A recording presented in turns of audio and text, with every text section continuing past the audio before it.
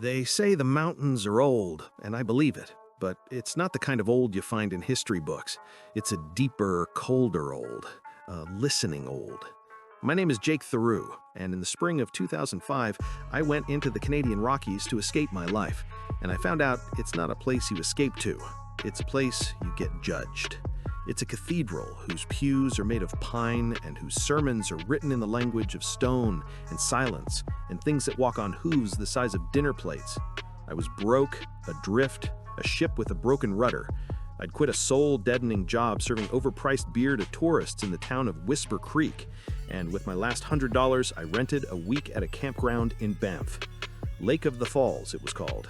The name sounds idyllic, but the place had the feel of a place that had been forgotten by time and joy. It was a ghost town of empty sites, hemmed in by a 5-foot electrified fence to keep the grizzlies out. A necessary precaution, they said. I didn't know then that some things, the things that truly own the land, a fence can't stop. It's like trying to keep out the wind with a picket fence.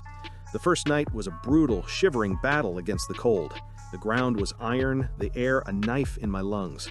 I wore every piece of clothing I owned inside my sleeping bag, a human sausage in a nylon skin, and still I slept in fits, my teeth chattering like mad castanets. I genuinely thought I was going to die of exposure. God, what a sweet, simple, natural end that would have been. A clean death, the kind of death you can explain on a form.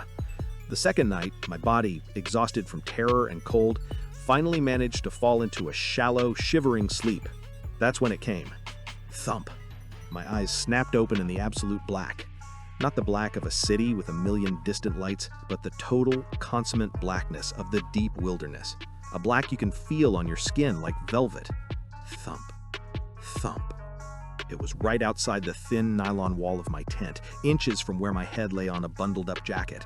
A heavy, solid, dense sound, the sound of a great weight being lifted and let fall.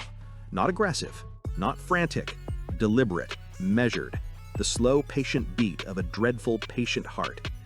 Bump, bump, bump. A sound that didn't just enter through my ears, but through the ground, vibrating up through the frozen earth and into the bones of my spine. To catch the next chapter and full story, be sure to follow and/or subscribe. And for even more viral content, cash opportunities, and endless giveaways, visit us at goodbadsuperugly.com.